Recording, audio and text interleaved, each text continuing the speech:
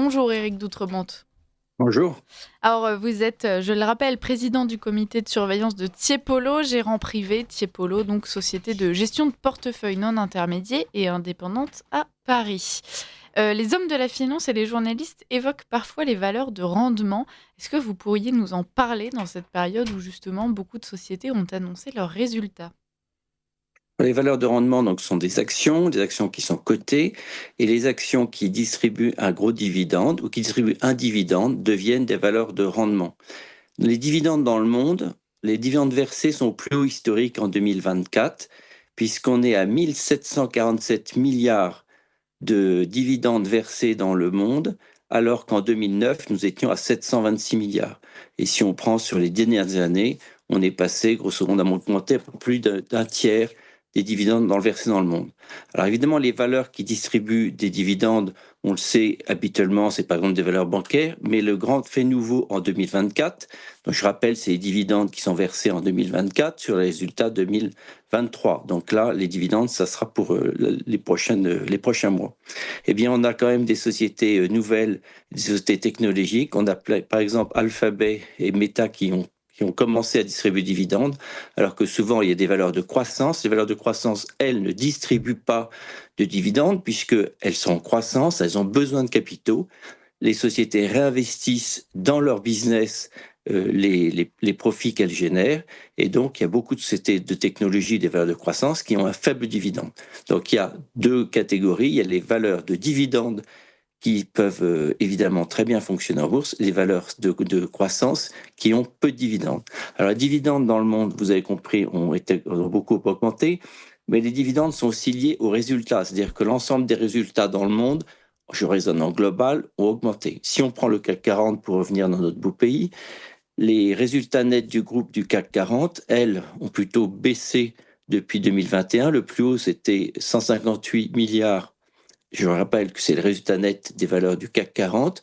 Et aujourd'hui, nous sommes à 133 milliards. C'est évidemment lié à quelques poids lourds importants, que ce soit Total ou LVMH, où les revenus, donc le revenu net a baissé par rapport au plus haut de l'année dernière et celui d'avant. Donc, une société qui a des dividendes, évidemment, elle peut être assez recherchée par le marché. En France et même aussi sur le marché américain, les sociétés qu'on appelle les aristocrates, eh bien, sont des sociétés qui ont des dividendes pérennes et réguliers. Alors, il faut faire attention ne pas acheter une valeur parce qu'elle a un gros dividende. Je donnerai une valeur historiquement qui a évidemment disparu, puisque la société n'arrivait pas à générer assez de cash régulièrement pour verser le dividende, mais la société s'amusait à emprunter sur le marché. Facialement, elle avait un dividende qui était important. C'était l'histoire page jaune qui a ruiné plus d'un investisseur en France. Donc, il ne faut pas être obsédé par le niveau de dividende. Ce qui est important, c'est de voir la pérennité des dividendes et que la société a des moyens pour distribuer régulièrement des dividendes. Donc voilà, en deux mots, il faut regarder les valeurs de rendement, c'est intéressant, surtout elles ont été un peu privilégiées depuis le début de l'année, puisque les valeurs de croissance qu'avaient fait la joie de pas mal d'investisseurs les dernières années, surtout sur le marché américain, eh bien, les valeurs de technologie se calment un petit peu. Donc, des valeurs pérennes sont là, ce qu'on appelle les valeurs de rendement. Est-ce qu'il faudrait sélectionner justement des valeurs de rendement dans un portefeuille, Éric Doutrebente? Alors, dans un portefeuille, il faut toujours avoir un portefeuille qui est équilibré et surtout qui correspond à sa situation personnelle et patrimoniale. C'est important par exemple, quelqu'un qui a besoin de dividendes réguliers, ça peut être une idée d'avoir des valeurs de rendement, sachant que sur longue période, le rendement contribue à la performance. C'est-à-dire que quand vous avez sur le marché européen, il y a pas mal de valeurs de rendement qui contribue à la performance d'un titre. La performance d'un titre, c'est d'abord la hausse du titre en bourse, mais il faut rajouter le dividende qui va être versé généralement avant le mois de juin quand les valeurs ont des titres, avant le mois de septembre, excusez-moi, quand c'est des valeurs qui sont sur le marché ont des clôtures au 31 décembre.